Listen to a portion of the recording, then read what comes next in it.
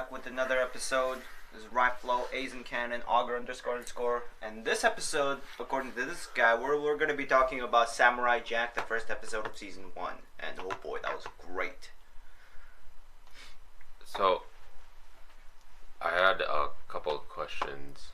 Sure. One was posted online. Let me just get it up. And so what I asked was, how does Samurai Jack show a story?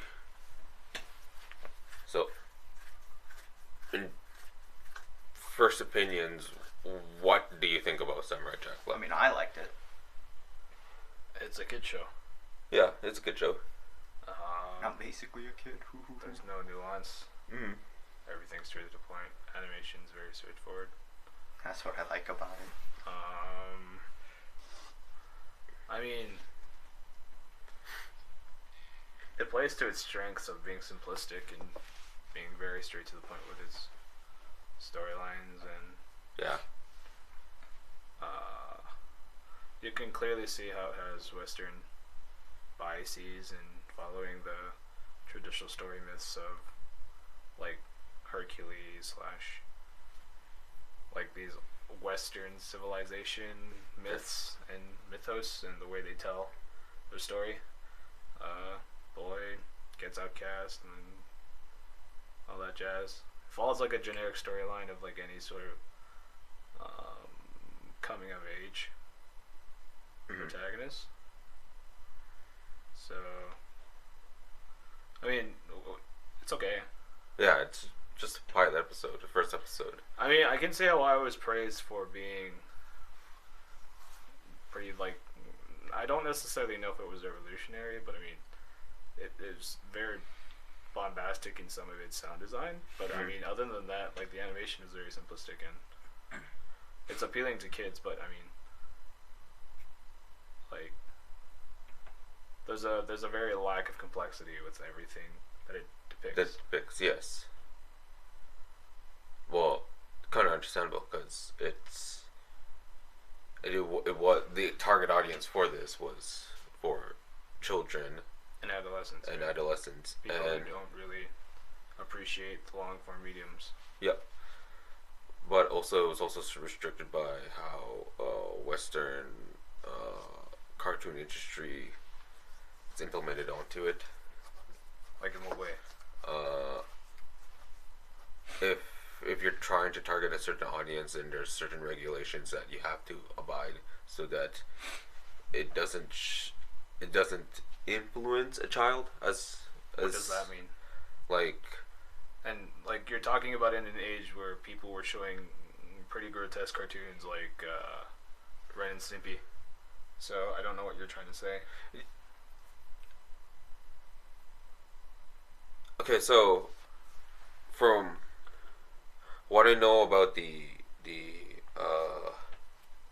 and this is just me just learning about localization and problems of localization to America, is that there are certain rules and regulation where characters cannot say certain words, certain animation has to be blocked, Yeah. certain censorship and such as like that. So why does this have to be like? Why? How does this apply to Samurai Jack? Well, Samurai Jack was released on Toonami, and as such, Someone rang the doorbell. I think that was. yeah. But let me get it then. So how have you been? Have you made any progress with the puzzles? No, I probably Shame. will like keep it to the stream for the most part. Oh, Plus, so- puzzles aren't my forte. I'm really bad at them. Can't Because really of the eyes differentiate. thing? Yeah, Yeah. I can't really differentiate colors or Fair patterns too well. I mean, you would know. You put on sunglasses without putting reading glasses on, and you were awful at it. So Hey man, these are prescribed, so I can still see. I'm just bad because I got a smooth brain.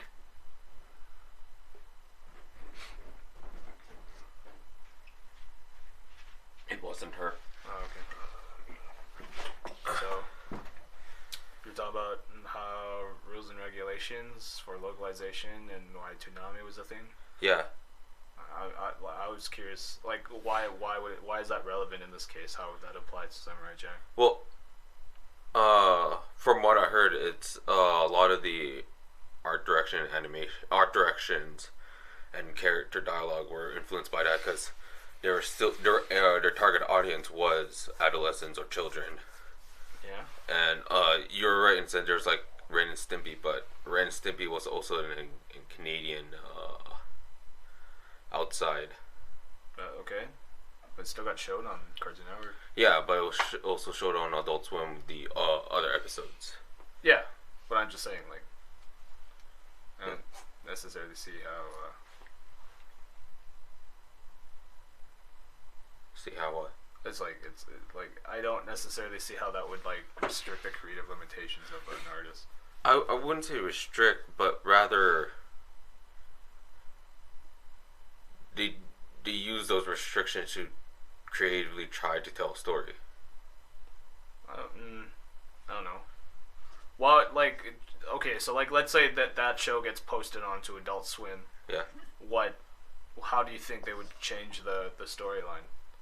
How would they choose to present the storyline in a different fashion? I don't see them changing or wanting to change the storyline in any form or fashion to fit Adult Swim. Like, I mean, it's pretty straight to the point. Like, what changes are you saying would have been made because it was particularly targeted to a specific demographic, which was kids? I do not know. I haven't seen season 5. I know more. You don't need to talk about those episodes. So we're talking about the first episode. Yeah. Like, the only one particular scene that really pointed out to me as to be children friendly was the cutting up of Aku's minions, and they were cut up into shadows And stuff. Disappeared into shadows. But I mean, other than that, it all seemed pretty straightforward to me. Yeah. I don't see how like they would want to change the show in any form or fashion other than like making it a little more graphic in that sense. But the presentation, I feel like, would be the same. Mhm. You're right in that sense. Yeah. I don't know. Well, like, I don't know what changes would there be. I don't think there are going to be changes. Maybe they'll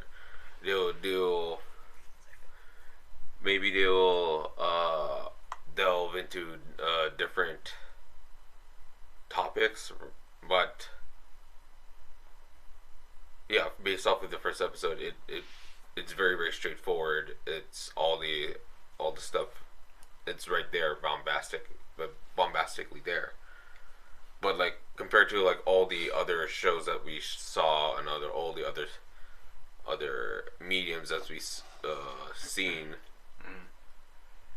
why is it that like this its exposition isn't so? So let me ask you this: do you think the show did a better job of exposition than any of the shows that we watched? And if so, how did it achieve this, and why was it better?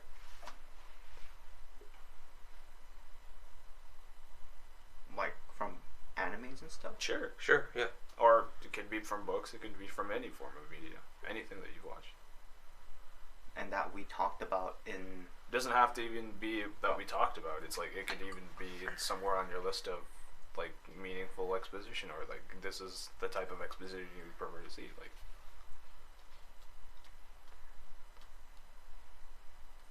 okay, let me repeat the question. Yeah. Well, in terms of exposition, how does this fit? How do you view this type of exposition, and why is it better or worse than some of the shows you've seen? Well, there's a lot less dialogue compared to something like Heavy Object, where it's nothing but dialogue. Okay. mm-hmm. There's a lot of action sequences that just like express. Okay. The exposition. Okay.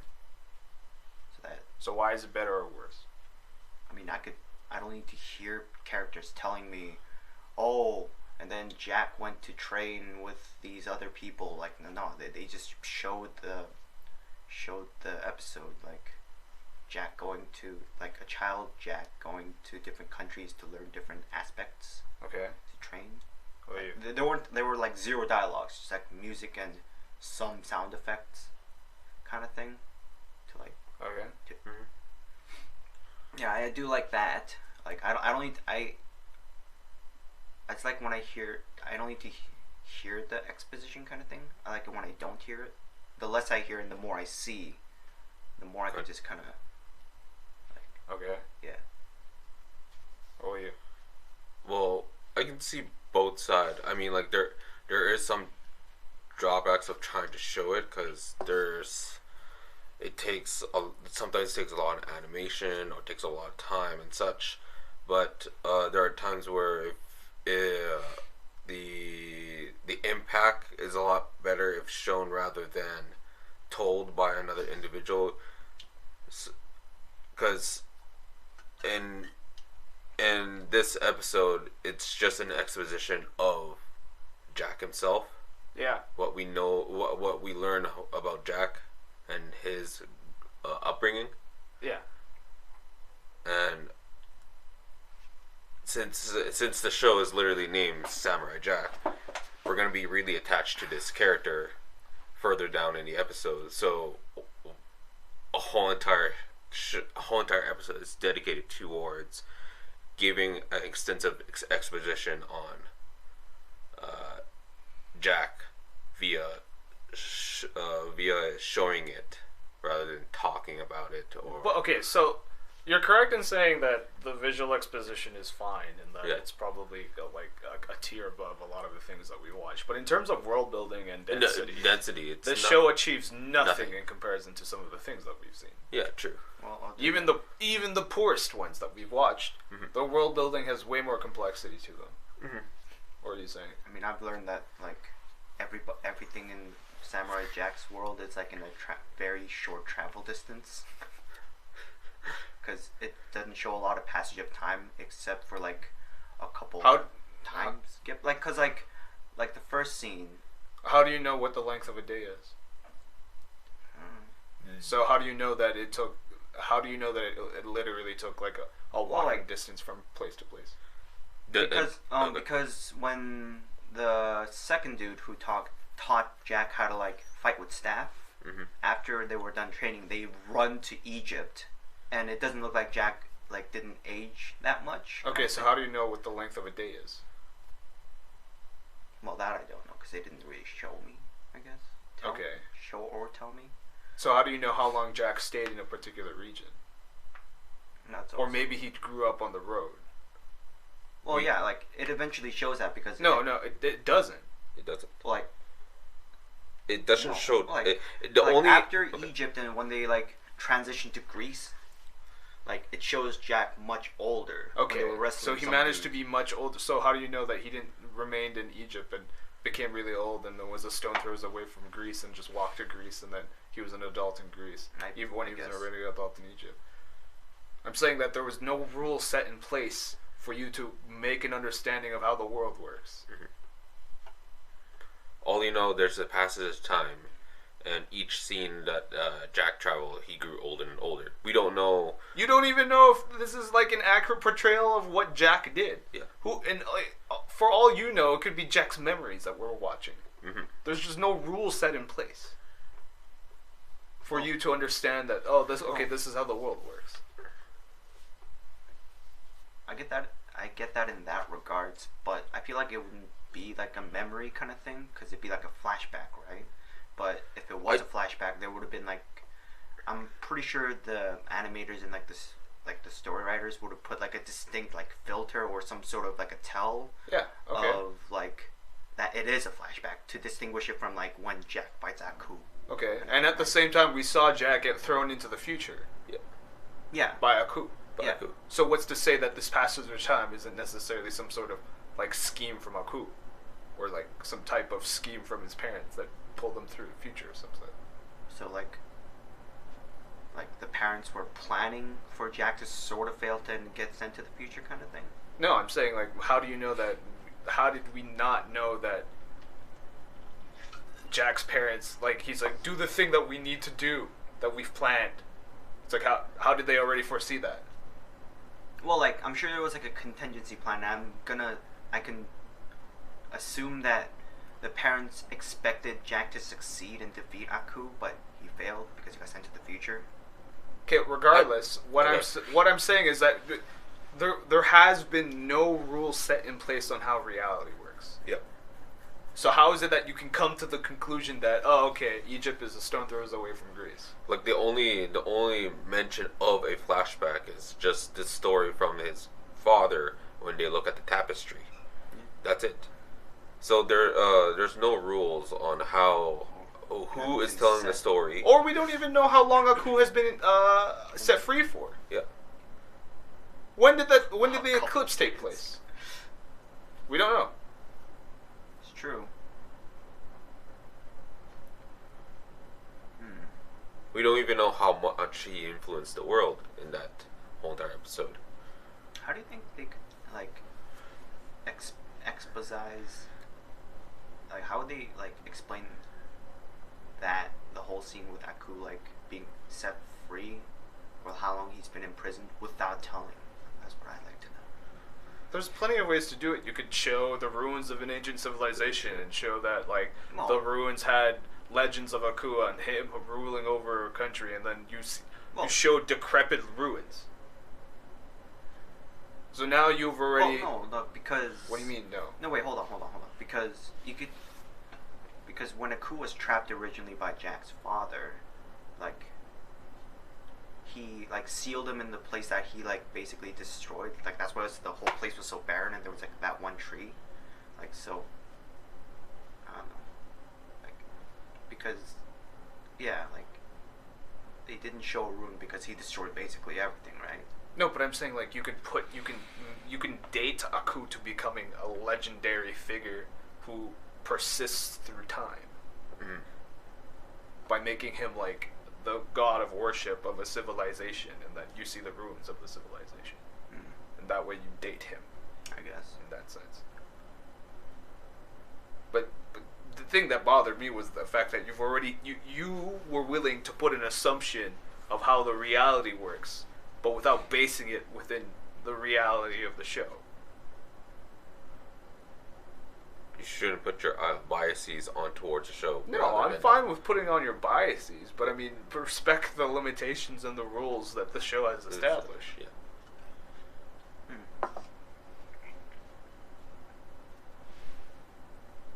Fair enough.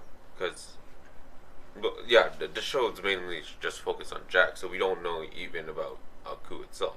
We don't even know if Jack is 16. Yeah. Or if Jack is 28. Yeah. They never really established that at all. Yeah. Yeah. We don't know if Jack is like a middle-aged man at this point.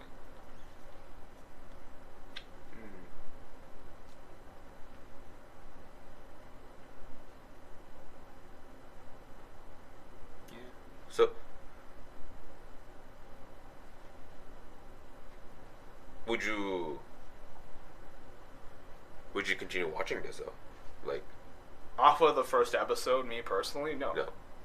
It's a kid's show that doesn't flesh out even Jack's character. It just shows Jack to go through this, like, montage of being a hero, and you're gonna watch this guy. Like, it's prototypical of what it means to be a superhero. Yeah. The Like I said, superhero. the Western myth of Yeah. being a superhero.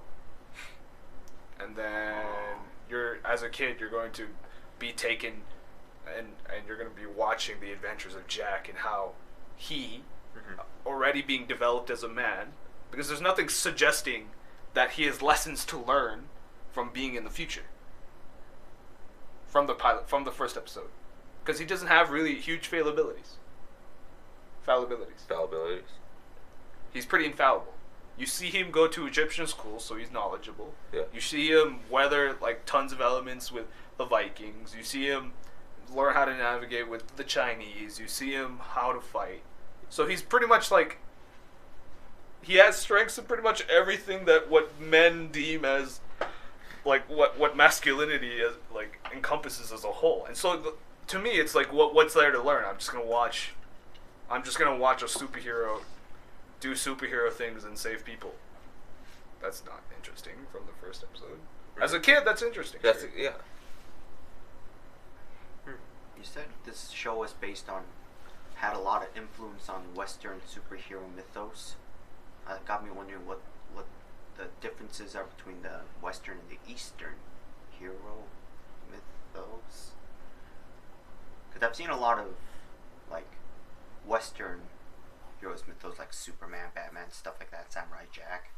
But I haven't really I've seen a lot of anime, but not like I really can't pinpoint what the Eastern superhero mythos would be like. I didn't necessarily mean superhero mythos. I mean mythos as a whole. Yeah, but okay. Oftentimes, Eastern mythos end in tragedy. Mm-hmm.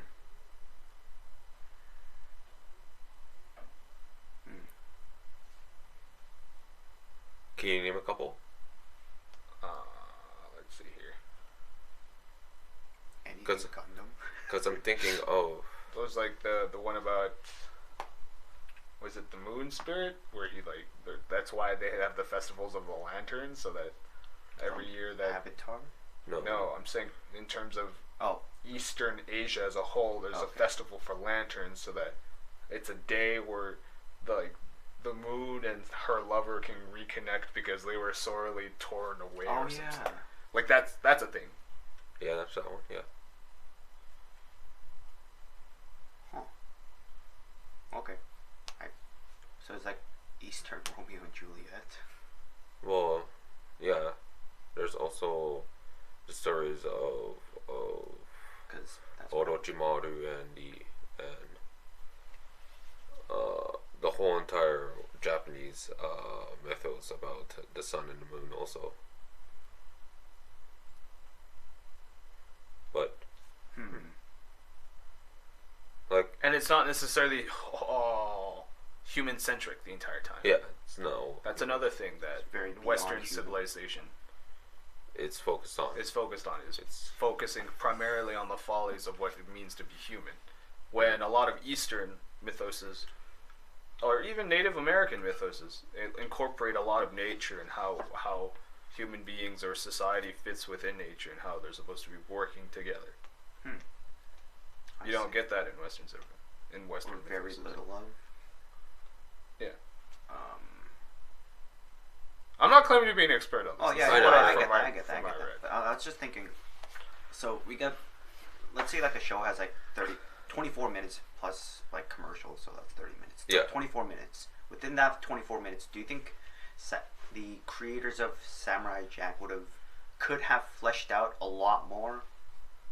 I don't think that was the goal. No, I don't think that was the goal. They definitely could have. Any show can. Okay. It's just it's up to but how. What would they could have. But do you think? Let me try to phrase this here. So, what we've seen in the first episode, there was a lot they've done a lot of establishing for Jack, like him going through training and him becoming the character that he is. Mm-hmm. So let's say they tried to also. Let's say they also tried to do a lot of world building too. Do you think Jack's character montage, do you think that would have suffered? Or do you think they could have somehow weaved world building into the montage as well? Kind of thing? I don't think you can insert within the 24-minute time frame. No, you can. You can do both. Yeah, you can definitely do both. You can definitely focus on the character and leave little tidbits of traditions and how the world works and how people keep time and what the mechanics of society are, or social norms. Those are all things you can incorporate into fleshing out your character, while at the same time answering the questions of, well, how does my character react in the face of certain challenges? That's perfectly fine. Okay, so let's say they managed to do that, do the whole coming of heroes, coming of the character, do world building too. Do you think that would have let's say they made they improved the show by adding subtle world building and stuff like that? But that's the thing, you're saying improve the show. I don't think it would be improved. I think the show is perfectly fine the way it is. It's because it's targeted specifically to a demographic that enjoys that type of thing. Okay, so as I was saying, like Like, it. Okay. let's say they did add a lot of exposition of world building too. Do you think that would have turned the kids off from the show because it'd be I don't want to use the word heavy-handed, but like it'd be a lot more dense, right? Like, do you think that would have like said like, oh, do you think the kids would be like, the show is kind of boring because there's not enough actions and stuff like that? Because in the first episode there were actions via like montages and stuff, so that would attract the kids, like sword fighting, horseback riding, and stuff like that, Robin Hood or whatever. Like, but you think that if the creators were to add like subtle exposition of world building, like, do you think that'd be too? What? The show would be too dense for the kids to like. It's enjoy? not about whether or not the show would be too dense. Children oftentimes are like sponges when it comes to information. It can just consume tons of information. It's whether or not they're interested in it to begin with. And guess what? Most kids aren't interested in trying to flesh out a character and figure out what are the fatal flaws of a character and how they're supposed to like overcome that. That's not the interest of kids. Like you said, the show, like, I like the show.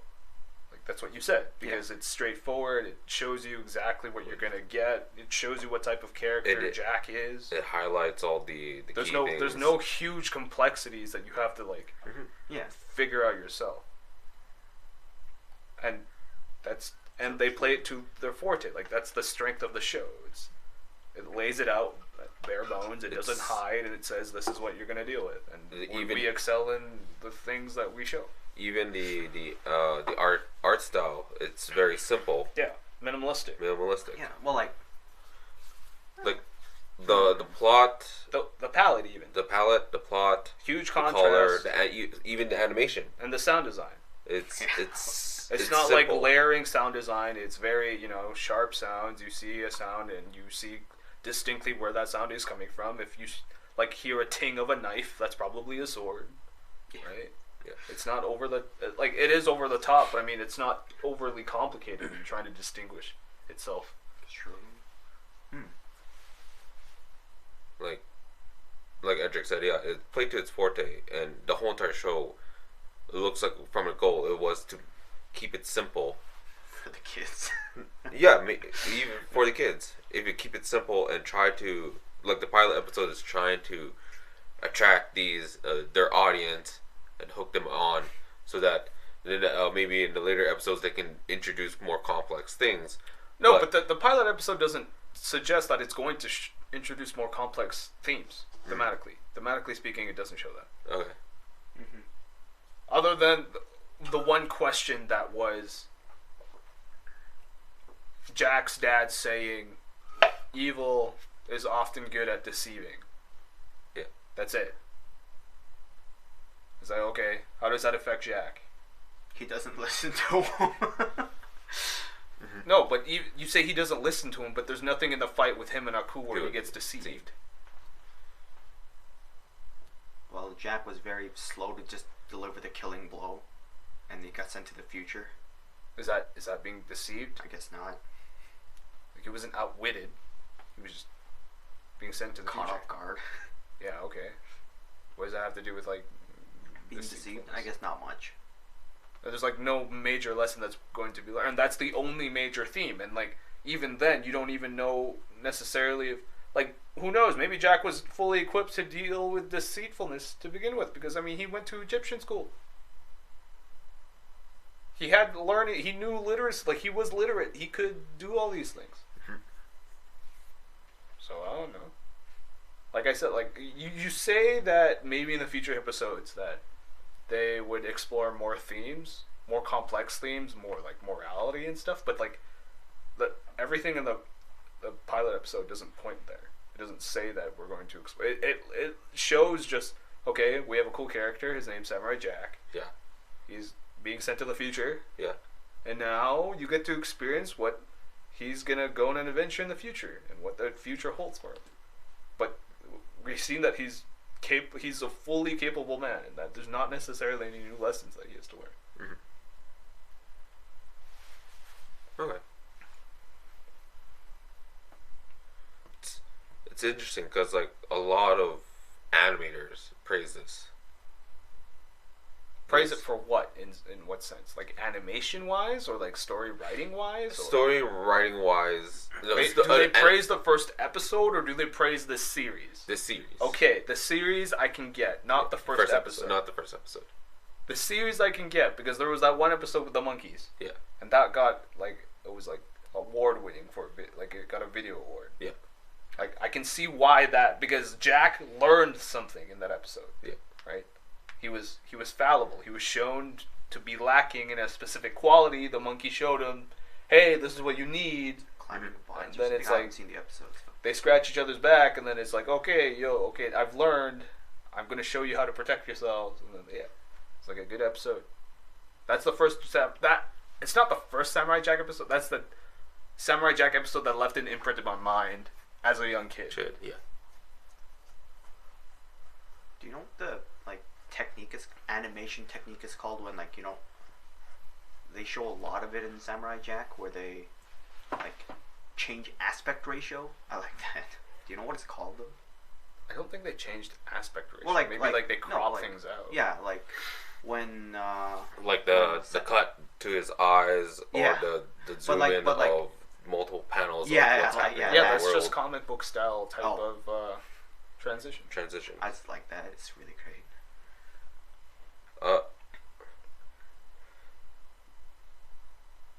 So if I was wondering how. I was also wondering how would the show do if you skip a part in multiple episodes rather than just like going through the whole entire binge watch the whole entire season.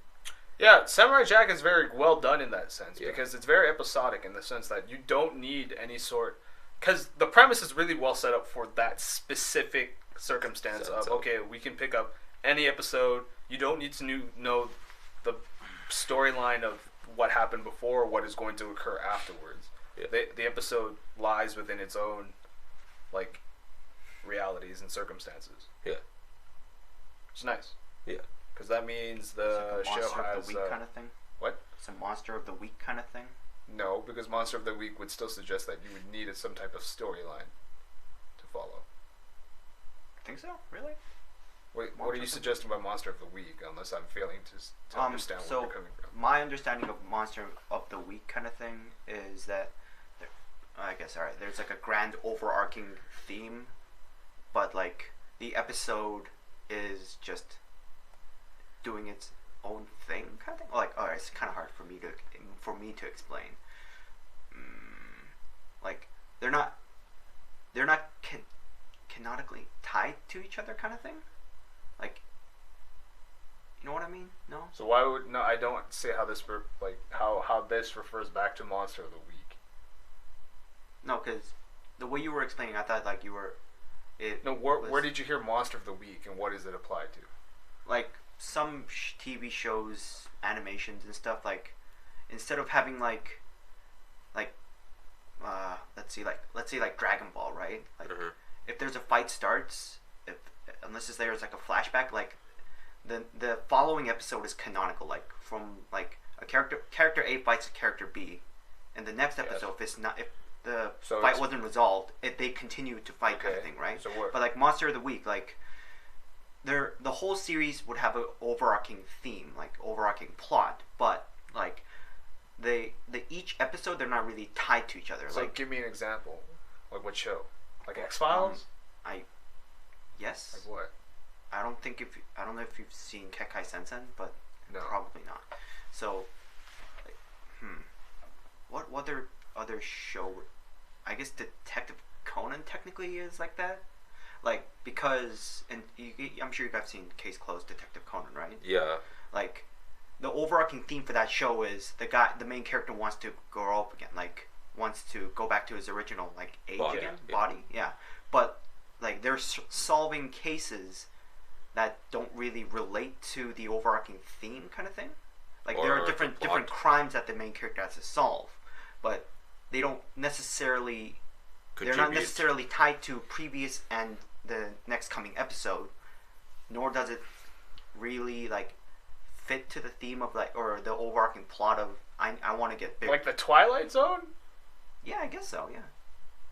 Because like that's what the Twilight Zone is. I guess. Yeah. Twilight Zone is great in terms of being episodic. You can just pick up any episode and be like, okay, I'm gonna watch this. But like, there's no.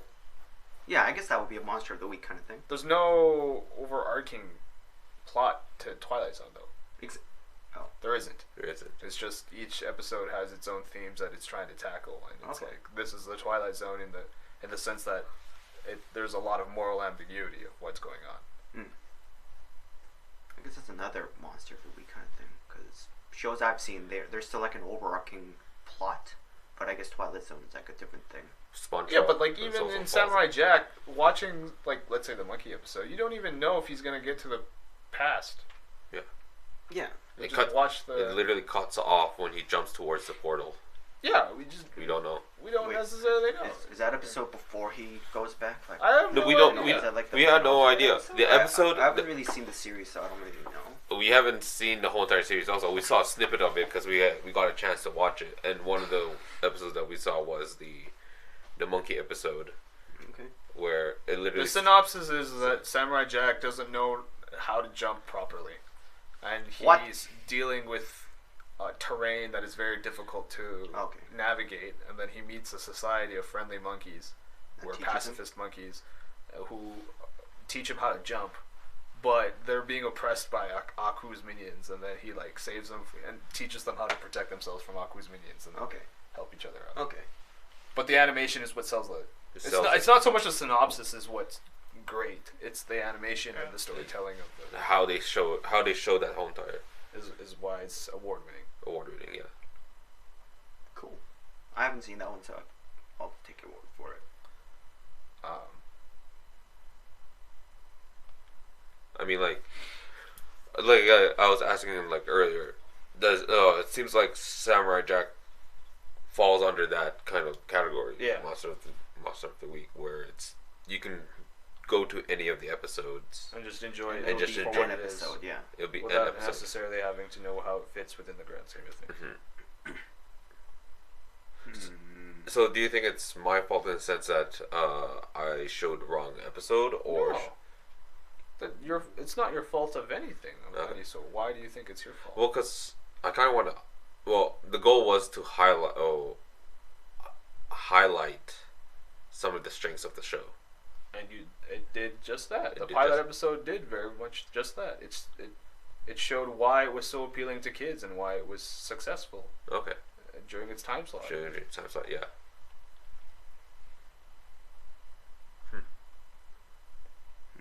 As an adult, watching the first episode without knowing what the series is going to be about. Yeah.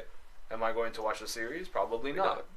But like, but you're correct in saying that in future episodes, the writers learn better how to do world building and how to do storytelling. Yeah.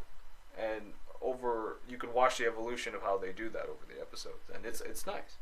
Like season 5 is as an adult, you can enjoy that very much so. Yeah, but season 5 apparently is critically acclaimed. But okay, what I mean as an adult, I mean not so much as like being physically 18 years old. So, I mean, no like more having like matured taste and nuanced taste. And critically think about... No, not even critically think. You can be a kid and critically think about the first episode and still enjoy it for what it is and like analyze how the scenes and the music plays out. But I'm talking about specifically the nuanced themes that I want to explore. Yeah. Don't get explored in the first episode and aren't hinted at going to be explored in future episodes. Yeah. But I know for a fact they do explore them because I've seen some of the episodes and I know that it's critically acclaimed. Yeah. But off of the first episode, you don't get that. Right. Do you think it's... Well, yeah, you think it's fortunate in the sense of since it's directed to the kids, that first episode, it did what it did. Yeah, it showed what it was supposed to do. Yeah. It's hook children. And tell Cartoon Network that this is specifically going to test well with children and that it's going to be successful with children. Because otherwise they wouldn't want to take up the IP. Yeah.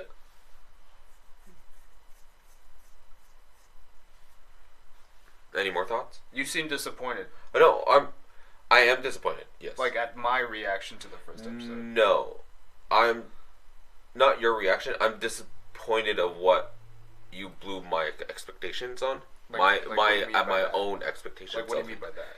Because you highlighted some things of its you highlighted some things that I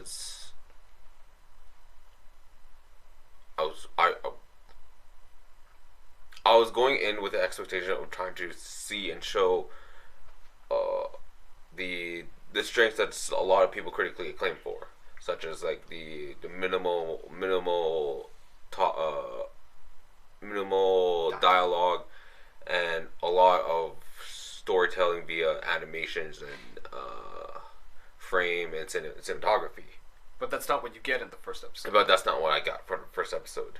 You get that in critically acclaimed later future episodes when they learn. Mm-hmm. But that's not what you get in the first episode. And maybe coming out of this, I also want to learn is maybe I should check out what other seasons. Maybe rather just going from the first episode, jump in. And in no way, shape, or form is this a bad topic. Oh no, it's not. Or like a bad episode to you. It's not a bad episode. Also, like you shouldn't. Like, there's still things to learn. Like, we understand that people have to learn as, like,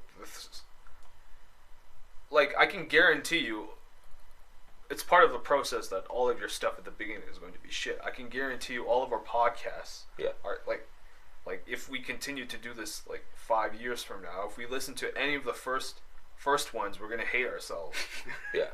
Like, especially John, he's going to hate himself every single time he introduces himself in a super cringeworthy manner. Yes. Like it's gonna happen. It's gonna happen if we continue to do it like this. But I'm saying like I will be the judge of that in 5 years. I'm saying like it's part of the creation process, and in no way should we feel ashamed for wanting to look at how the beginnings turned out and how eventually it's going to shape themselves into a way that's admirable.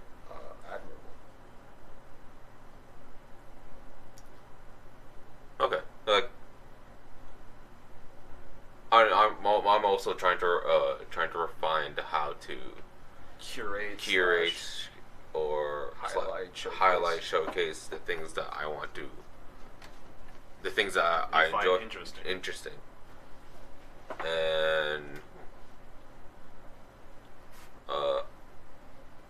there's maybe not just singling out a single episode, but rather trying to do a comparison between certain parts or shows or even cinematographies and stuff like that. Maybe that could highlight certain aspects that I wanted. Like coming out of this I learned a lot. That's good. For sure. Like I learned a lot what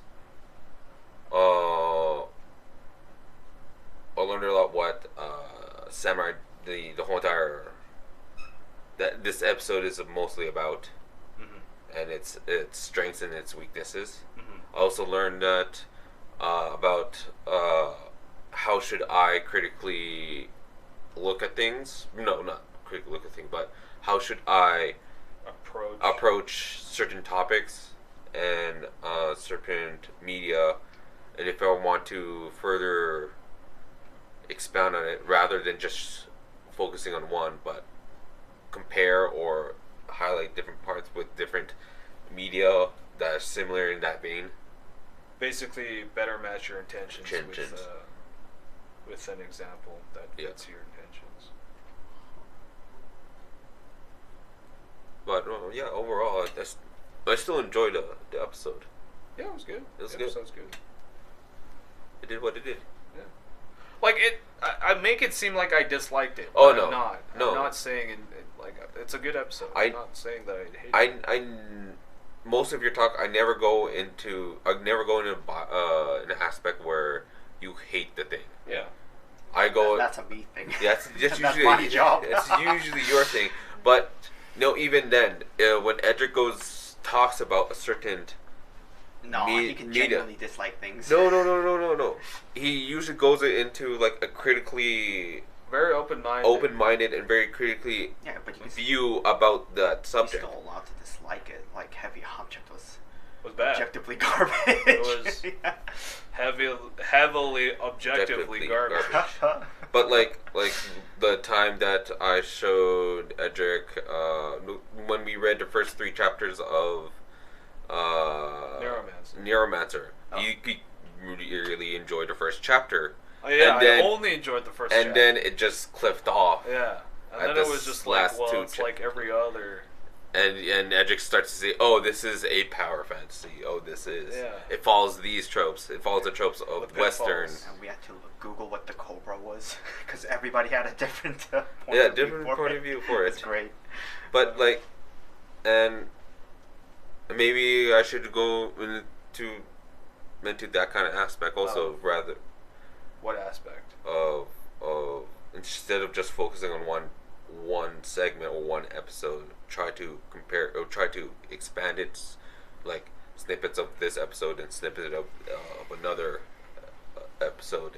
Well, it's not so much that you should be doing that. I think it's just like you should clearly define what your intentions are and like try to showcase and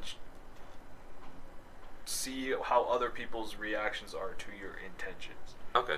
Right? Yeah. Because the first step, your intention with Samurai Jack was to show and learn specifically how does an animation achieve so much in so little dialogue. Yeah. That was your main intention, Yeah. but it didn't come across in the first episode. Yeah. You need to find an example that would have to have that that come across. Yeah. Right. It's a learning process. Yeah. Any final thoughts, John? I mean, I like the show because it's pretty humor. Like I like that one scene when Jack throws up the sword, but like the sound effect, it's like super like minimalist. It like from the dramatic stakes, like when he throws a sword, like the sound effect doesn't like match the stake kind of thing. You know what I mean? I just found that was great. I don't. I think that's you. I think that's you because I got a different feeling off of that. From that sound, the sound of the sword going up towards Aku, it's a very like eerie, tensive sound that like it's nail biting. Like you don't know if it's gonna work. You don't know if it's gonna work, and it's a long cut. The animation show it like there's a long cut of Aku, then a long cut of the sword flying up, and it's a good like 20 maybe 30 frames of that sword, and then it hits Aku. Yeah. It's it literally remind me of like of Batman Dark Knight. Whenever you meet the Joker, you hear this eerie sound of a screeching sound and it's like so tense. A string. Well, no, it's not. Well, it is and string, but it's an electric violin. It's not out of tune, but it's playing 2 very dissonant notes. And it's transitions from one to the other. Leitmotif, I think that's what it's called. A Leitmotif. Yeah. But that's the motif of the Joker, and I know. And you, the only time when you know the Joker's gonna come is when you hear that. Yeah. He doesn't need to be in the picture. Hence leitmotif. Yeah. And so like it's a music idea that it's a music idea that works. No, like represents a character. Represent a character, but also it could also represent a theme. Yeah, thematically. And you hear that like in we know in Samurai Jack also, even with the sword, the sounds of it's cutting through things. Yeah. They basically use like 2 or 3 of the same sound effect of like clashing and slashing and stuff. Mm-hmm. It's great. I like that consistency. Sword. Oh, what? One thing that really, I'm not saying that you specifically bother me. Mm-hmm. I'm saying the fact that you're so easily entertained. Not entertained. Amused. Nope. Swayed. Nope. I'm not critically thinking enough. No, it has to do with the fact that you have these biases and that you just automatically latch onto them. You don't try to keep them in check. Like specifically, like in this case, when you said, "Oh, I find it hilarious that they used a funny sound when he threw the sword up in the air." It's like No, that can be completely open to interpretation. You don't necessarily have to stick with the one way you thought about how the scene was done. Okay. Right? Or even when it came to like, I found it funny how like Africa was really close to China and they just walked over there. It's like, I find that really funny, ha ha ha ha. And I'm just like, well, I mean, that's you latching on to your biases and not necessarily being willing to open to interpretation. Okay.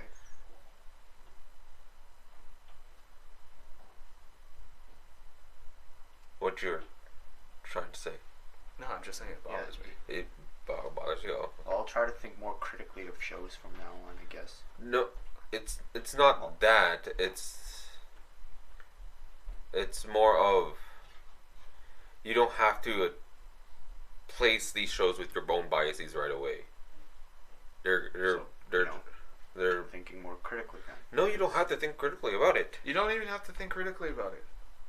You just need to understand that, okay, that's how I thought of it, and that's not to say anything about the show. That's to say something about me. If you prefaced it with that, then that's great. And I find that more informative. It's like, but it still bothers you though. No. It bothers me that you aligned the one scene or the one sound with that specific meaning, and that it didn't necessarily seem like you were open to interpretation for other ways of specific meanings. Does that make sense? Guess, yeah. That's what I'm trying to say. I think what you're trying to say is that the way you said about that particular scene did not come across as you. It's not meaningful enough. No, it didn't come across as you. Because I say asinine things all the time. Yeah, there's possibilities about that. No, I say asinine things all the time too. Like, I think it's hilarious how the first opening sequence where you see Jack is that you don't actually see Jack, you just see the top of his head. I think that's hilarious, right? I think that was adorable. Like, I think that's adorable too. But if I were to critically think about that entire scene, the whole reason why that's there is so that children can put themselves into that shoes. Children can put themselves into this idea of this blank head listening to these stories that the father figure is talking about. That's critically thinking. But I'm biased in saying that I thought it was hilarious, right? You don't necessarily have to critically think all the time. I'm just saying you have to keep your biases in check and just say that this is how I reacted to the thing, but that's not the sole way of reacting to that thing. Does that make sense? Yeah.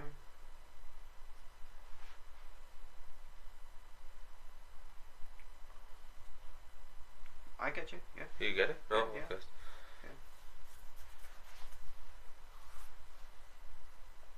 So well, I'm not trying to be confrontational or anything. No, you're not. You're just highlighting certain things. I'm not.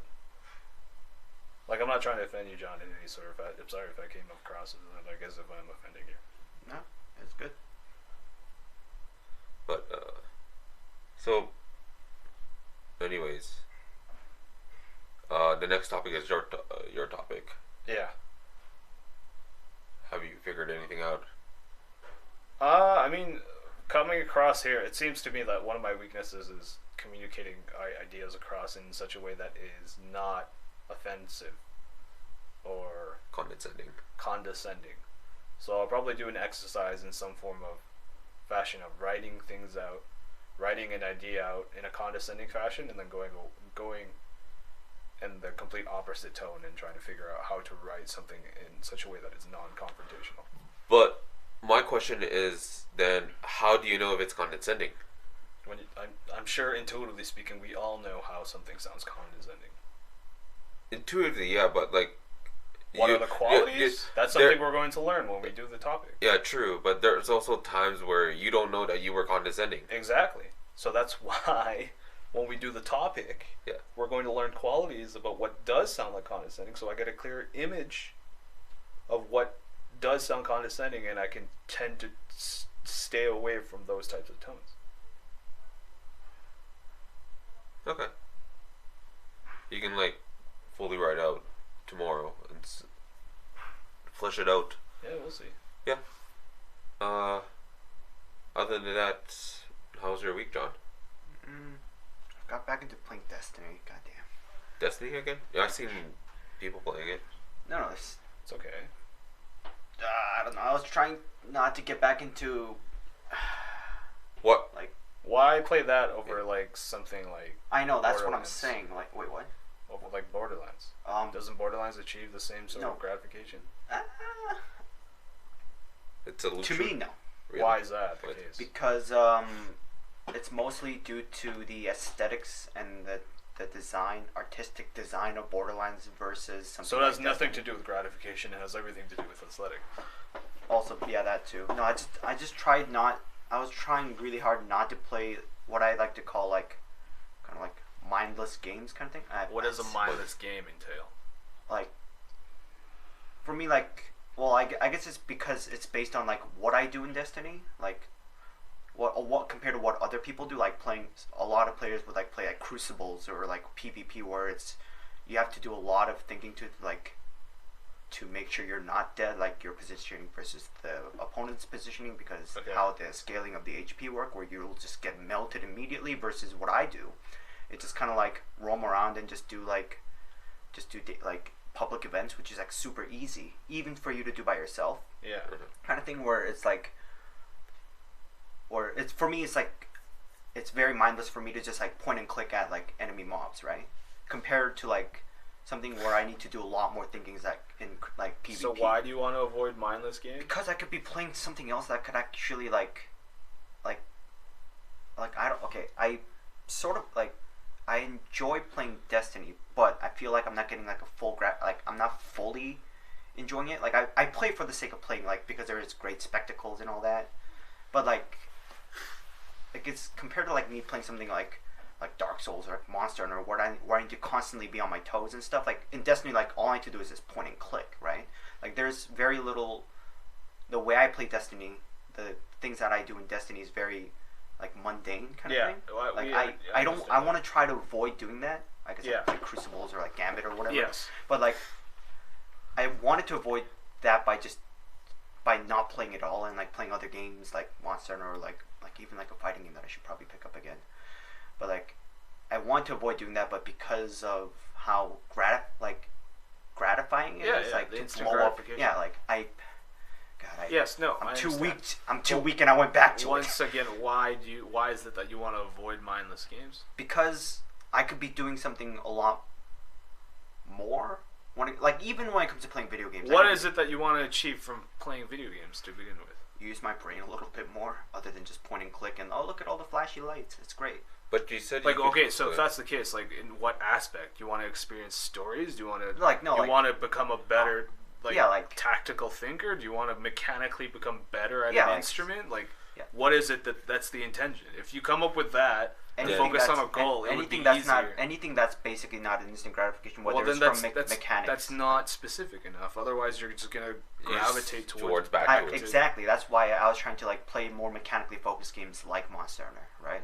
But you still have to specify. You specify still. What is it in Monster Hunter that you want to achieve? I want to achieve you have to become more goal oriented. I want to earn my loot, kind of thing. Okay, once again, I think you have to become more goal orientated so that you stay off the path of a mindless game. Because I've been playing a lot. I've been going back into Oxygen Not Included, and same with WoW. And the reason why I kind of want to play those games is because I want to get back into system management. So with Oxygen Not Included, I have these ideas that I want to implement these systems into it, and then test them out, try them out, see if my dupes survive or not with these kind of systems. Yeah, I implied. And with WoW, there's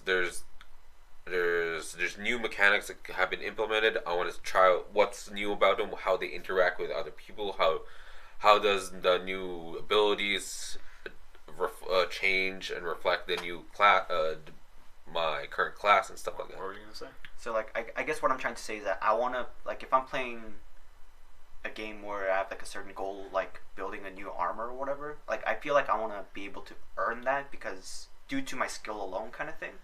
Destiny doesn't give me that, because it takes we understand that Destiny is a mindless game. You've explained that already. You've been hammering just that we want you to come up with a goal specifically so you can work towards that goal with tangible steps in mind. Okay.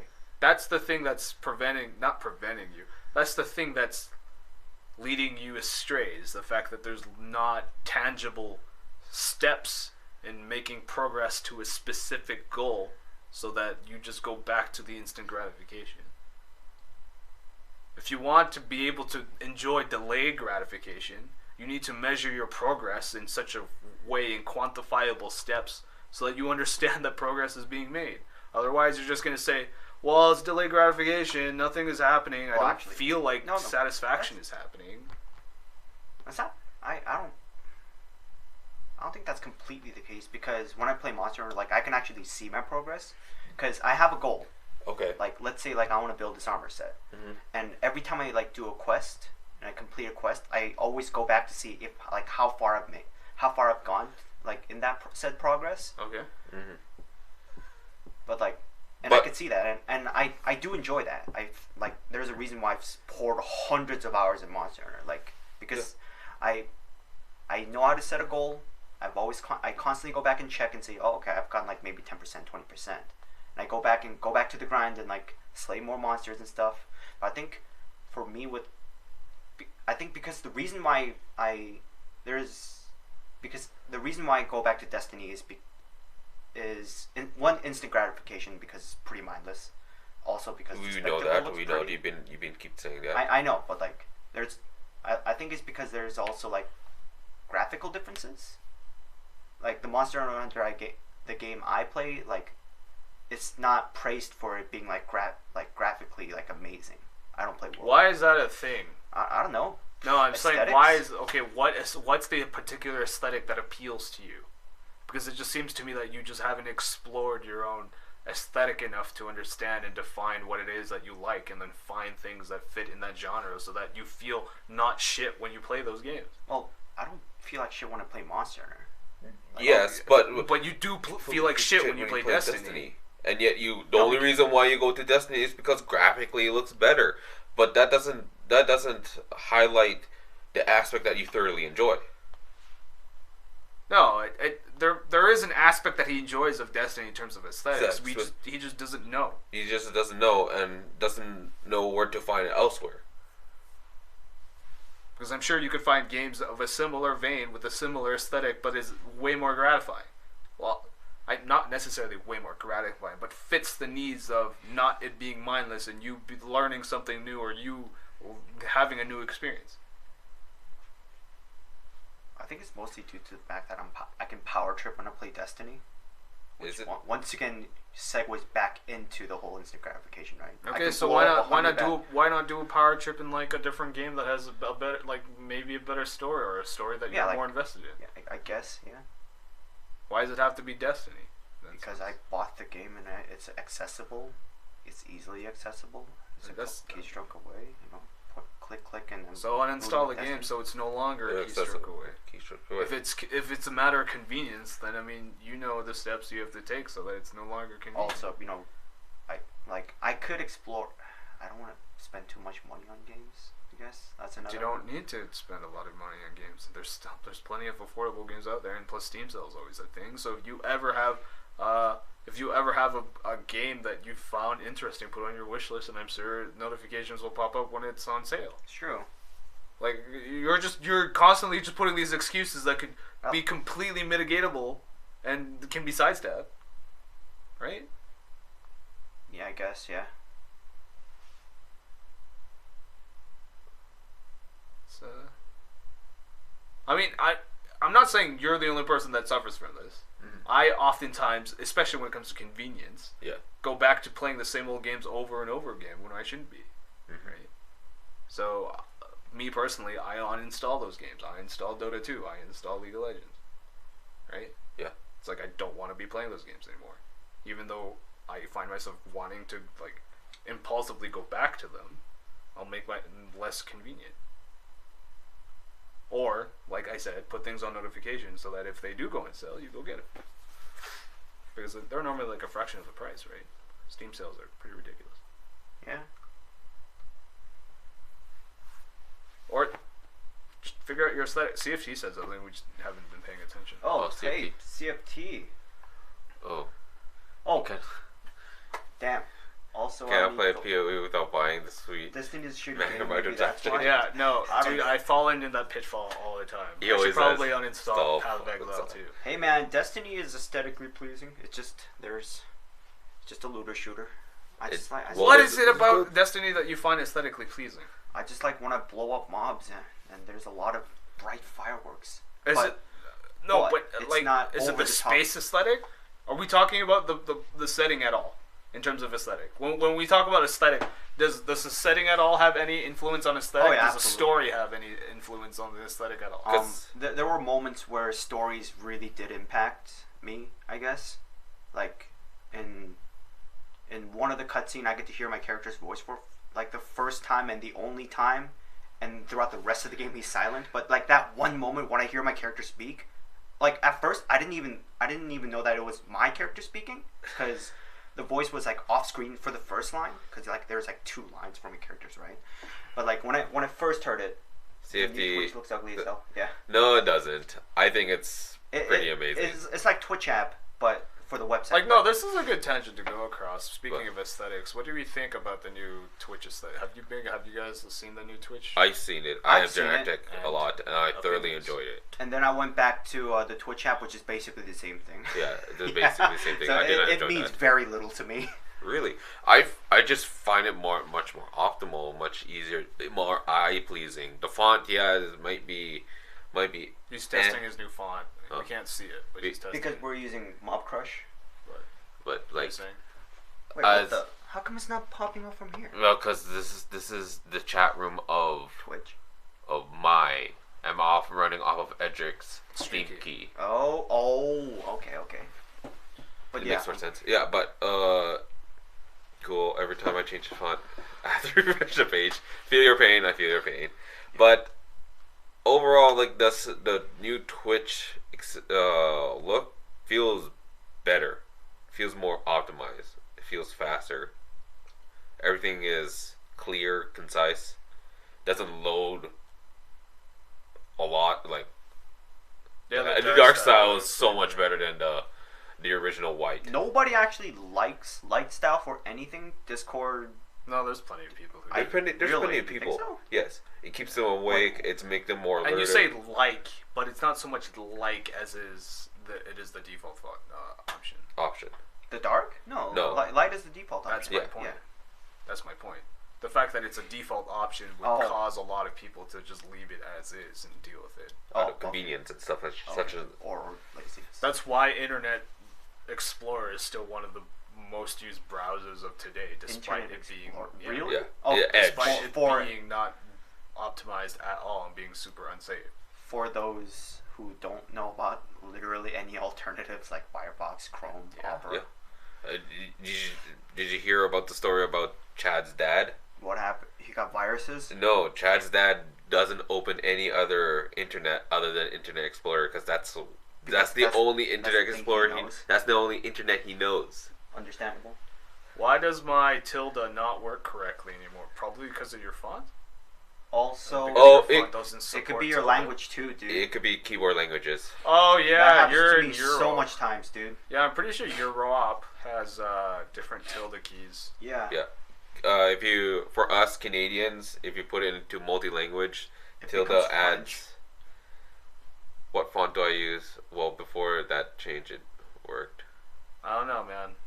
You gotta keep experimenting. Yeah, explore all options. Try like what I should Alt. be doing. Try Alt Numpad 0246. You get an O with an umlaut on top of it. Is that what? You mean the little accent things? No, little dots on top of the head of the O. So the It's accents. German. It's German. It's umlaut. Umlaut. I don't know what that means. In French, it's called what? No, there's no umlaut in French. No, with E.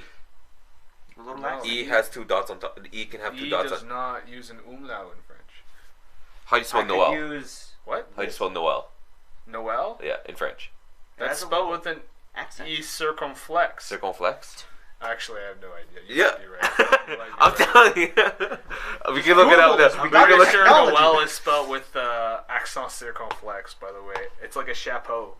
Is it chapeau or is it 2 I have no dots? fucking idea. Umlaut is... No.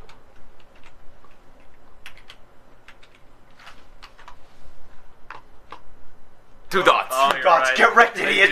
There is umlaut. They do use an umlaut. Fuck. So What is that? wait. I got a question. Do these little like symbol things have? Oh wait, got the other camera. Do these little symbol things all of them? Do they have different names for them? I just Yes. call them Yes. accents. Yeah. Well, yeah. Originally, it is just called accents. No, they're not Oh, really? originally called For these accents. weird English symbols, I have to use shifts too. I sure do. What English symbols? What are weird English symbols? I think he's talking about umlauts. Umlaut? I don't know. No, umlaut is like a German thing. thing Oh. or a Do- French thing, Yeah, sure. but What like about Spaniards? I'm sure they have. I Like, don't they got the think little like squiggly ones, right? Spaniards use accent grave and accent aigu. Circumflex is the hat. aigu and grave literally mean like flat and high. Oh, okay. I don't know these things. Okay, We have to- Germans never use these. What? You don't use umlauts? umlauts? Let's actually look. What? I mean, what's once this? again, I'll forever use them as accents. Germans totally use umlauts. Don't lie to me. Hold on a sec. Let's take a look at what you're typing. Is he typing tilde? He's typing the tilde at the very corner. Boom! Umlaut! See? Yeah, those are 'Kay. umlauts. CFT, retype What the about that eyes? last key that you were showing us. The tilde. Wait. What? Wait, damn. What? No, I was just thinking like, cause when you spell naive, there's two eyes on the eye, the two dots on the eyes too. Still look the same to us. It's still a tilde. Yeah, still I tilde. think it's his font. Try changing your font to default. Yeah. Maybe and reset blush. your cookies. That's left of my enter button. Button. That's left to his enter button. Apostrophe? That apostrophe? Apostrophe is just used for like hyphens and stuff. So. Yeah. Like, Wait, didn't you just use it right there for that? yeah. No, or- that's a different one. It's Wait. like this. Yeah, that's a wait. It's not showing up on this one. It's fine. It's fine. I don't know. Yeah, I want that. That's an apostrophe. I don't know, man. I maybe I just not understanding the problem you're encountering. We I have no Canadians don't understand these Because German problems. does it look like this?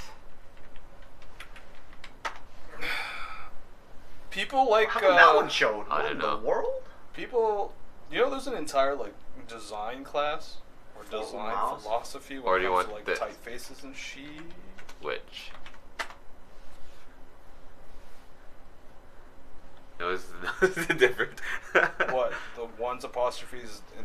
The other one is The like, one direction, like the other one's pointing like the a opposite. reverse apostrophe. I usually use that thing from next to my question mark. Yeah, this one, the next to the enter key right here. No, that's button on the top row. You mean I this don't one? know.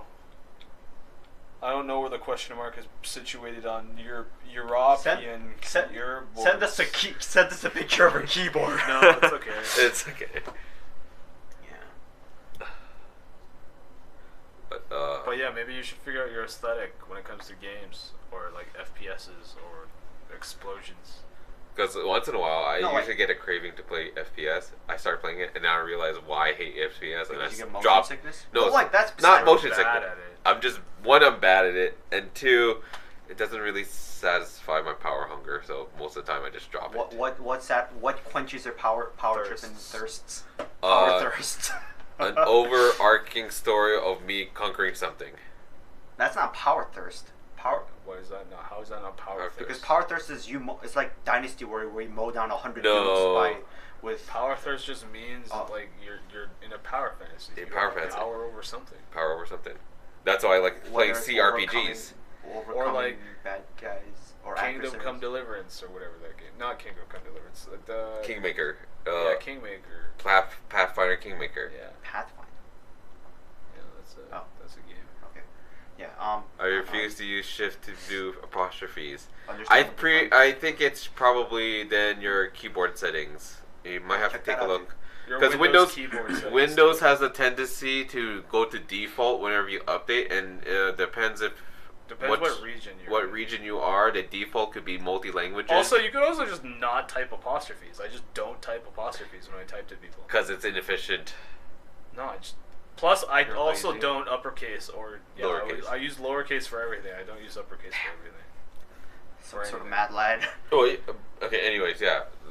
Usually, I associate power fantasies with such as like Kingmaker, Pathfinder, Kingmaker, or Isn't Pathfinder like a... I like how the reason why you don't enjoy FPSs for power fantasies is because it breaks your immersion of being a power fantasy because you're shitty at it. Yeah. Well, you should play Destiny then, Maybe because you you can should just get play mob good it. aim and then Dude, you Destiny helps you could out so- experience the power fantasy and not break the Overwatch? immersion. That's... Overwatch is so hard, dude. Because I'm garbage at it. Okay, so I go into these kind of games with like, oh, I want to With an expectation of feeling out these cool guns and Yeah, modifying that's these cool guns and such Oh. and such. And then when I actually start mechanic and play, like, I'm really bad at this. Dude. I don't feel powerful, so But- I dropped it. Once Yeah. again, just play Destiny then. And even then, Really? Destiny That- doesn't like, grasp me. No. Here's the thing, though. When it comes to shooting games, I can guarantee you that you're better than I am. It should But- be, yeah, but, for sure. like, in- but it doesn't grab me because that But kind his of expectation is expectations are different. Of He you wants the slaying nerds. expectation of being able to be competent at putting his reticle on some Yeah, but- person's head. But yeah, that you can. That's but being you can- powerful in his... No, but I get that. But Destiny helps you out because in that game, for some reason, mouse has aim assist too. Like I can Oh, I can God, I hate land that. headshots a mile away I hate for that. some reason. That ruins EJ's immersion. I hate that. What? Excuse me? Wait. But I feel like that's kind of That's contradictory. like Red Dead Redemption, dude. I don't want to break the immersion of me walking So into town. you just want to have the natural skills to slay nerds instead of like aim assist and No, stuff? Because that's contradictory in my opinion. It does sound contradictory, but like if I myself can mechanically be powerful with these mechanics, then it should translate to the game that I'll be powerful. If the game is just natural, if the game just gives you power without being mechanically powerful, then it's pointless. But that's the Wait, point of if Destiny. game gives you power without... Like aim assists. Like without you Like- trying to be mechanically powerful, It's like aim assist. Yeah, Okay, aim like assist. aim assist. Okay. then it feels pointless. Okay.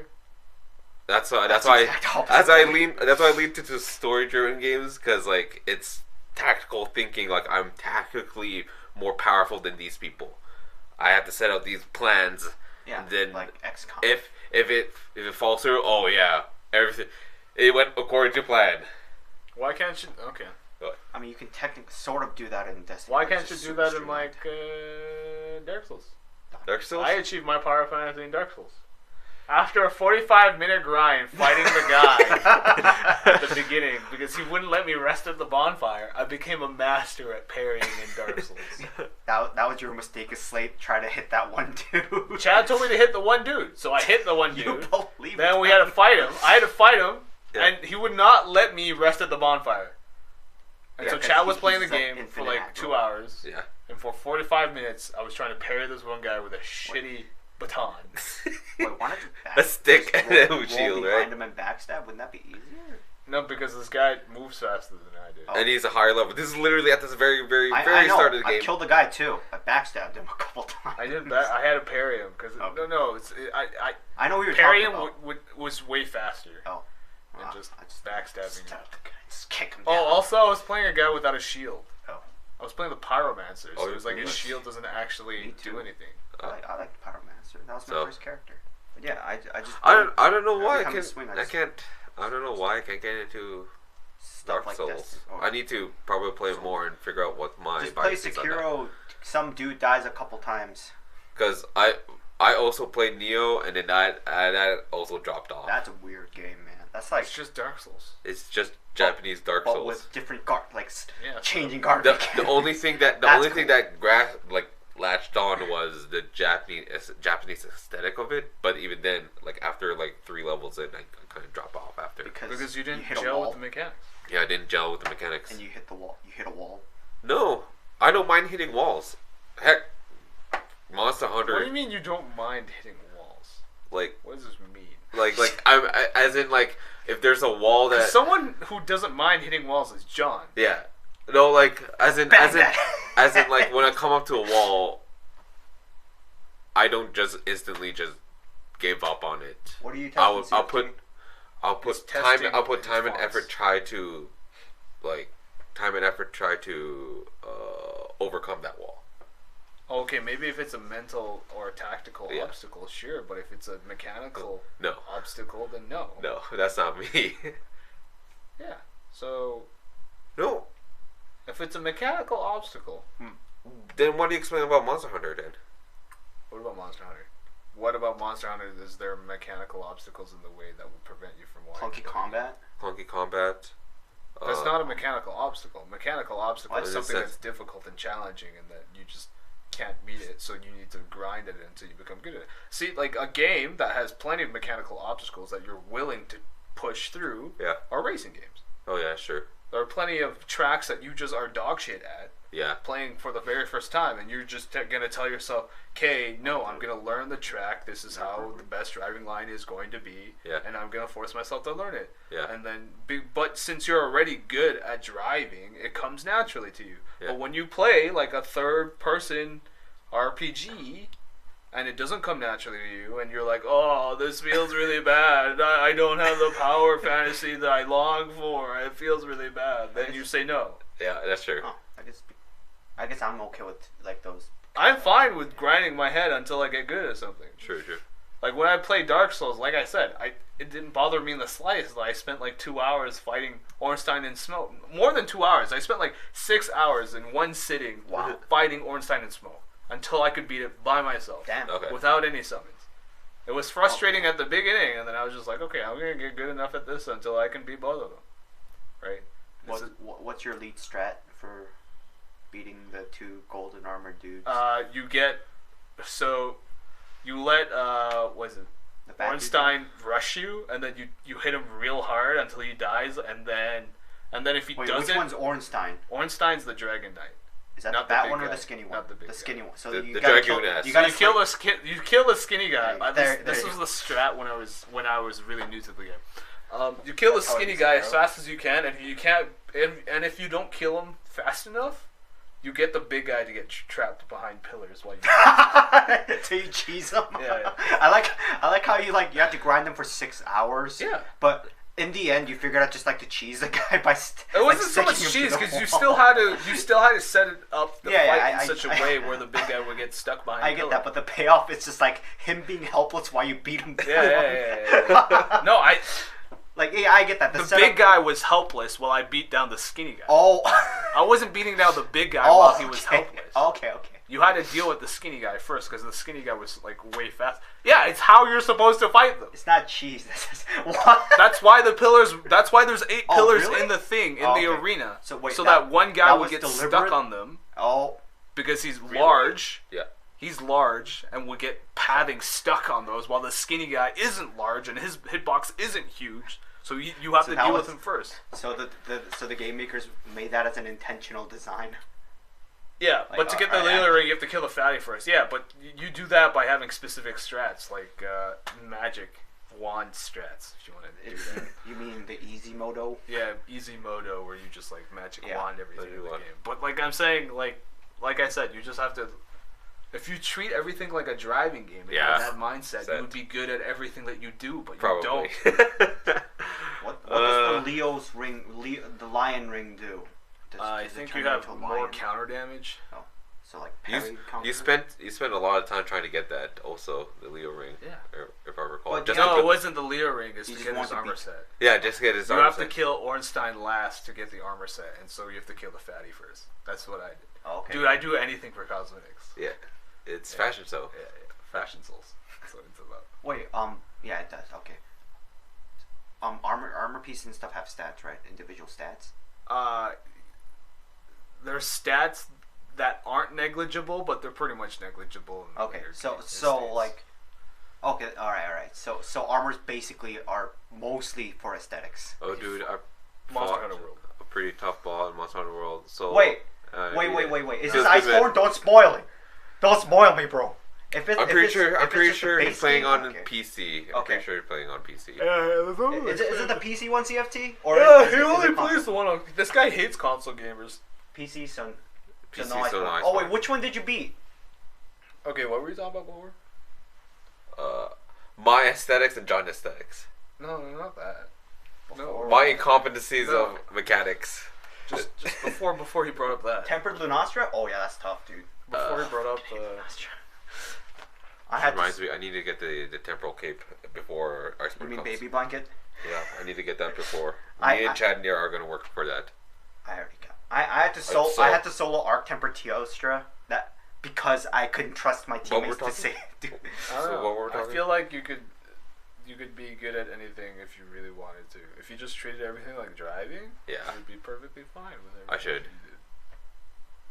I kind of want to. Even reading or talking, if you treat it like. Oh driving, yeah, I've been treating How it that like driving, translates? and then How- I'm noticing What? my What did reading you say? speeds. How would that translate? Like I'm trying to wrap my head around like using the mentality of this is like a driving game. It's not that. It's It's not the approach. It's the mindset of okay. I'm not good at this the first time because I don't know the layout. I'm gonna sit here. So I gotta grind it and out. Grind it out until I know the layout. I have to literally have to approach every single corner slowly and correctly, and then work my speed up towards each corner. I still think I'm not good in Monster Hunter, but hey, even my shitty aiming skills with a controller work, I guess. Oh, you bow main? Oh, I'm jelly. Wait, I don't. But you played Dark Souls. Isn't Monster Hunter like a easier version of Dark I'm Souls? offended, sir, but you're right. Yeah. It's just an easier version of Dark Souls because all your armor can tank stuff and has better poise. That also. Well, then play a class where you don't have to aim. You brought that upon yourself, CFT. You have no one else to blame other than yourself. Dude, I actually managed to slay Arc Tempered Teostra by myself using Sword and Shield because that thing is easy mode. Even though Bo is objectively stronger than the Sword and Shield. But Bo is awesome. Then don't complain if you have aim then. Yeah. If you're gonna slay Arc Tempered anything, just get the right element and just go for the head. Oh yeah, just get the right element or no element if you're great sword. Yeah. Oh yeah, you guys are those types of people. Which? You Min-max- min-max min-maxing, stats. Yeah, you Yeah, need to. and- What do you mean you need to? In where? If I were- come from the land of Dark Souls where you min-max your gameplay and mechanics. You don't min-max stats. Get out of here. min-max all of course. Yeah. No. Yeah, dude. No, you Attaboy. min-max. No, if you come from a hardcore Dark Souls background, you know what you do? You min-max your stamina so you can roll more. That's what you do. In Dark Souls, you min-max. God, even more. or- Yeah. No, AKA stamina. at no point you ever min-max your health. God, I don't Yeah. No. That's because you're min-maxing your stamina instead of your health. That's You still plan ahead min-maxing. on what armor to use with level 120. No, you use the armor that gives you More stamina. maybe great poise. But even then, you don't devote any of your equipment load to the armor. You devote most of your equipment load to the weapon that you want to use. So if it's a very heavy weapon, you can bet your ass you're running around naked. Yeah. Yeah. But anyways, it reminds me of playing Monster Hunter for the first time on the PSP. That was difficult. Yeah, that's why I never played those handheld games. They hurt my hands. I was doing The the claw? crab. I was doing Yeah. the crab. But yeah, I recall dropping Monster Hunter so many times because I hit that stupid Tigrex wall. Well, What does that wall mean? So that's not fair though. What's a Freedom Unite Tigrex didn't wall? age well. What's a Tigrex wall? So Tigrex it's a is monster. one of the So it's just flag RNG monsters. and RNG? One of the No. flag monsters of a Monster Hunter Freedom Unite. No, that's Nargacuga. Tigrex was from Dose. Yeah, One but armed no, Dose. but it's one of the key monsters you Yeah, need to beat to it's continue. Anyways, This is from for previous- older games, so don't worry about Yeah. CFT. Yeah. Anyways, I got stuck at that wall and it didn't. I think didn't it's explain the wall to me. I Oh, wanted to the know wall- the context of the wall. in the sense that I couldn't handle agile, hard-hitting creatures.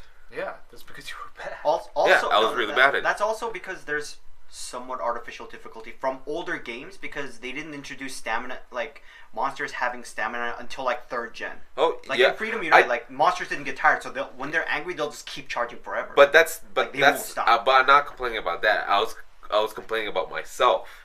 yeah, I was being critical about myself because like I dropped the game multiple times. No, I feel like because there's also because Maybe there you also have a tendency and crutch to want to depend on your stats, like ItMeJP. Yeah, I Like, didn't want to depend on my No, armor. I'm saying like ItMeJP. Remember in Dark Souls 1 and 2, he would just like put all his shit into poise and like have all his shit in the best shield possible. Yeah. So he would just depend on his stats. Right? And I was one of the individuals. I remember this is like when I was 16 or maybe 17.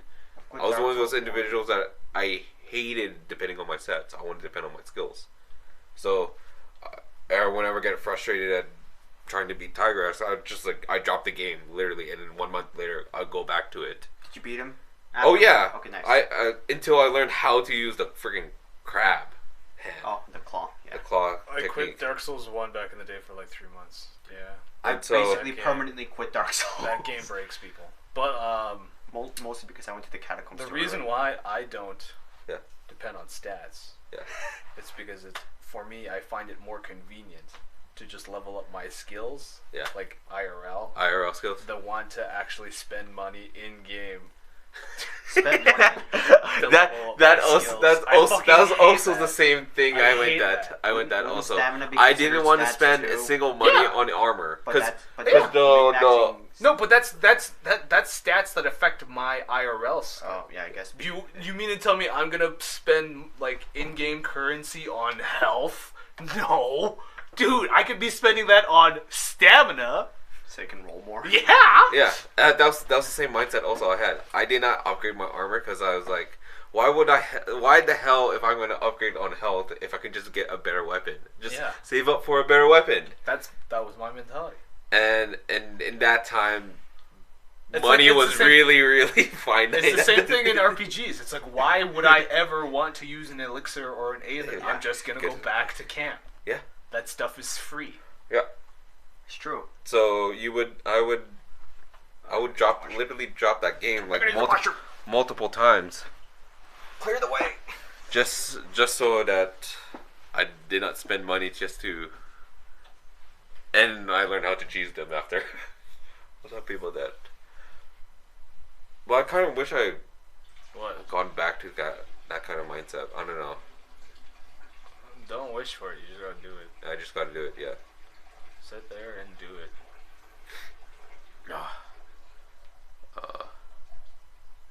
I mean, my reading speed has been going up, That's good.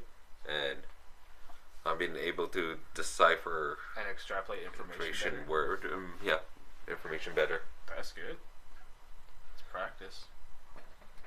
Practice. It's makes to a it point now where I notice that Now you're enjoying it too. Yeah, right? I'm enjoying- It's become more enjoyable. enjoyable. And also, I'm also noticing like how bad the Nate course packs are poorly worded. Yeah. God. One of my teachers. They're not paid for quality. Yeah. Let's just One of say my that. teachers, you can tell that he has a higher level of education, Yeah. and he gave us an assignment, and he was wondering why did everybody got the last question wrong. It seems like a very simple But the question was question, worded wrong. and nobody will speak up. So I'm like, okay, I'll just say it out loud. The question was worded wrongly. We couldn't understand what it meant to point these 2 points rather than those 2 points. And then he reads it like, oh, you guys are all right. Okay. You hope that cup of coffee on the table is not a plastic one. It's paper. It's paper. We're definitely not environmental friendly in North America. That's something we have yet to do. Yeah. Not a Climate plastic. change is It's not a spooky. plastic, dude. It's not plastic, but it's definitely not environmental friendly. It's It's the a lid. disposable cup. The lid is plastic. Speaking of environmental safety, on Friday, when I was on the train, there was a lot of people with signs. What's And they were doing protesting. Yeah, they were doing the climate strike All right, sorry, hold on. down at the legislature. You should figure out and see what types of environmental programs you got at school? Yeah. Right. FRIDA was a big thing globally. Yeah. Wait. What's the thing that's stepped down from a protest? It's like a protest, but like a level down kind of thing. What's a step down? Yeah, What do you mean? What do you mean? So like A boycott. no. Was that? Yeah, boycott is a formal protest. Yeah, Yeah. I know, but it's What's a step down from a like protest? it's like a protest but milder. A strike? A strike is a protest. Yeah, a strike is a protest. I A swear boycott is Is a a protest. protest. I know that. A riot is a form of protest, but that's Yeah. a step up. Yeah, why is that a step up? It's Because- not. It's a because- violence. It's a violent It's way violence. of protesting, but it's still a protest. And I I don't. swear there's a I word. won't put it as a. No, I swear there's like a word for this, but it's like a protest, but like people are. Okay, hold on. I'm trying to phrase this. Use properly your here. words. I know. I'm trying. No, even if you fail at saying, Oh, you want me to just say it? but wrong? I'm very hungry and didn't have dinner. Yeah, dude, don't feel like you're obligated to come watch us, man. Like, your presence is always very welcome, and Yeah. you just saying hi is good enough for us, man. Yeah, you can just lurk, dude. Anyways, you were saying about that level of protest that we don't conceive there is a level of protest. I know. I swear there is like a form of protest. Yeah, But there is a lot of forms of protest. I understand that, but there. Hunger strike.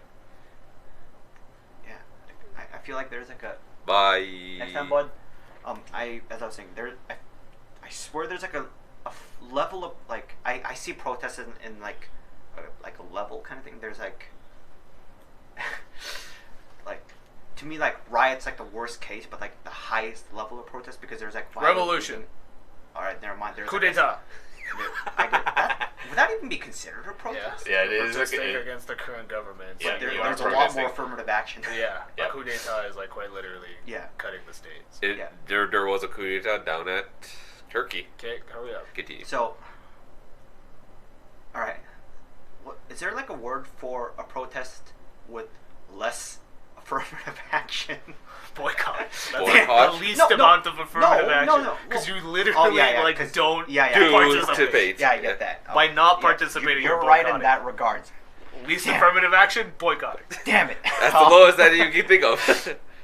I mean, lowest level in regards because you're refusing to like partake in Yeah. stuff. Yeah, I get. Where that. I Yeah. guess- I don't guess know the what you're closest- imagining. I guess the closest thing that I could think of is like a peaceful protest. Peace. What does every all of boycotting is Is a peaceful. peaceful. No, like okay, like because when I think of protests, like I imagine people like holding signs, shouting into the streets. Occupation? Like, Is that what you're thinking of? Like Occupy Wall Street? Like, where people That's just kind of like where stand people around with just the like sign? stood in the way and got. Yeah, like, I guess so. Yeah, it's an is occupation. that what you think protesting is? No, like when I imagine protest, I imagine Big people with signs in With front of a people with government signs. institute saying like "Stop this thing" or something along the lines There's of a that. lot of shouting, Yeah. a lot of chanting. Yeah, Kumbaya circles. Yeah, But sure. that's considered a strike or something along the lines of that. Like that's what I imagine when people say, "Oh, we're having a protest." But What I like to imagine is Tiananmen Square and a guy getting run over by a tank. Well, that's a form of protest too. Yeah, that it's is true. But I thought the guy was just dragged out by like Was he? soldiers or whatever. I never really saw the I- whole clip, but I just saw it. I only saw a picture. Yeah, I only saw a picture and I saw the clip of the tank moving towards him, but I And then never it cut actually. before he actually did get run over. I don't know. We don't know. I just imagined that he did, but maybe we should look that up. Look it up. Tiananmen Square. Look it up. Look it up. DJ. Okay. Real quick. I Type it. How you spell it? TIA. Don't worry, it's gonna autocorrect for you, MM. which is bad. Where? That's something that I try not to use. This one. Uh, What? I swear, just go to Wikipedia. Yeah, just go to the Wikipedia. Fast facts. Okay, where's the tank, man? History. Find do Control tank, F man. tank. Control F. TANK. It doesn't exist. New? Wait, hold on. There's one Captured on some avenue near the score. I knew. He was captured. Yeah, he got basically No, dragged but out by. He didn't get ran over. In my mind, he got ran over. So That's it was your way, reality. it was way worse in my reality. That's your Mandela. yeah, it was way worse in my Mandela. Yeah, I swear I heard from somewhere where he just got dragged off by some dudes. Okay. Soldiers. But yeah, like I swear, like when I picture protests, I imagine a lot of bullhorns, a lot of shouting. What was the whole point of this? Because that's your form of protest. Well, why were you trying to say like a step below protest? No, like because when EJ was talking about the climate change protests, like I was thinking like, what's that? I swear there is a level step down from protest. I think like a peaceful protest where there's a lot less shouting. Sure, but there's a lot of protests are peaceful. Boycotting. I guess, but you can't boycott climate change. That's what people did. They just left their jobs. Oh, yeah. For climate change. Yeah, it's called a climate strike. Approximately 10 million people in Australia left their jobs just to go to the government telling that there's a problem with our climate. Yeah, our coral reef is dying. There's 10 millions in Germany that left their jobs going to the government saying there's a problem with their... Well, you said going to the government. They just occupied the streets and shit. Caused a bunch of economic damage by not doing their jobs and causing tons of traffic jams. Yeah. You may laugh at that, but that's huge amounts of economic damage. Hey man, you laughed at 10 minutes square of dude getting run over by a tank. Yeah, dude, that's what I had in my mind. Yeah, that's what he had in mind. What I laughed at was the fact that you said you said peaceful protest, and I said, yeah, like Tiananmen Square. Oh. What? That is a peaceful protest. It is a peaceful. The oppressors were the ones using violence. Yeah, Until it is a peaceful protest. That's what I was laughing at. I wasn't laughing at Tiananmen Square. I was laughing at the fact that you didn't think that was a peaceful protest. I guess it's peaceful until he gets, arrested. No, the oppressors weren't peaceful. I know. But what the guy was doing was peaceful because he was standing in front of the tank and not moving out of the way. Yeah. Until he got dragged out. Yeah. In my reality, he definitely got ran over. In your mental That's what I was laughing about. Your I'm pretty sure that never happened. obscure view of it. That's mental effect.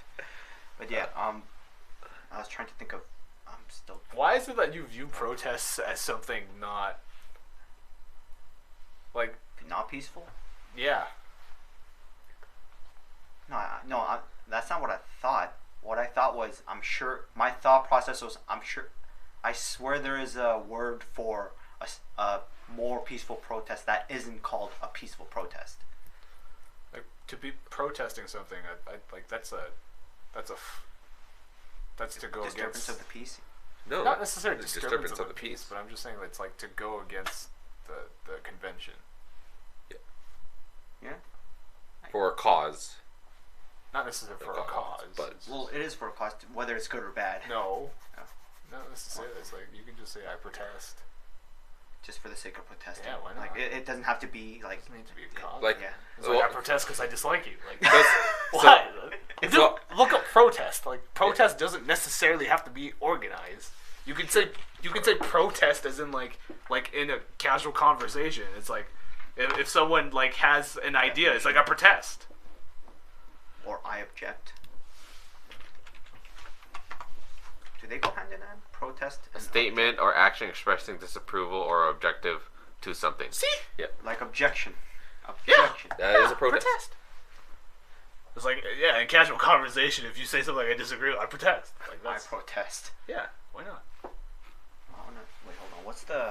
You gotta expand your linguistic. I know. Also, elasticity. I want to. Yeah, I know. I just need to expand my vocabulary in general. No, you know of protest, but not necessarily in the fashion that I said. Yeah, well, right. Okay. So that's like elasticity. Hold on, I want to see that. So speaking of protest, you know, the time when there was a counter protest for there was a protest. The straight parade. The straight parade. Yeah. What about it? It reminded me when that happened. Yeah.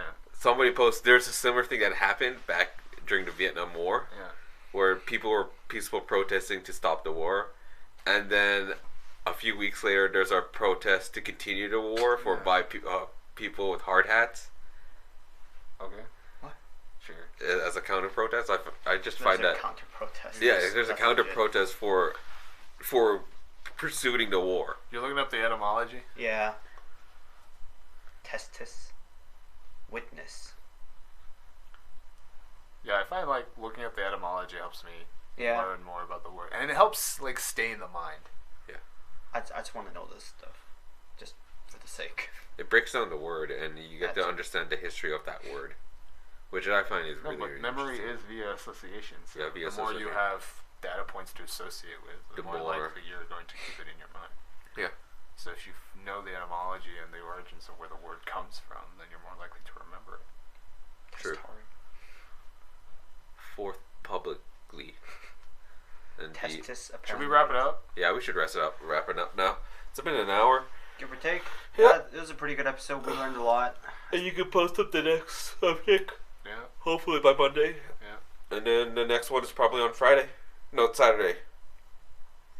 Saturday morning. Okay. Or afternoon.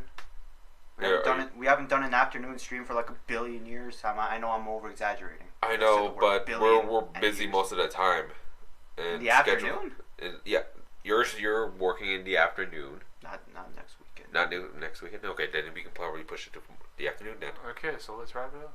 Okay, yeah. Alright, so this was, we didn't even think of a name. We stopped doing names for our episodes. That Yeah, sucks. What you talking about? Starting the next one when I come about, we're gonna do the naming thing again because I said so. Okay. Okay. Yeah. Okay. Until next time, we'll catch everybody on the flip side. I'll make sure to like and subscribe or whatever. Don't do it.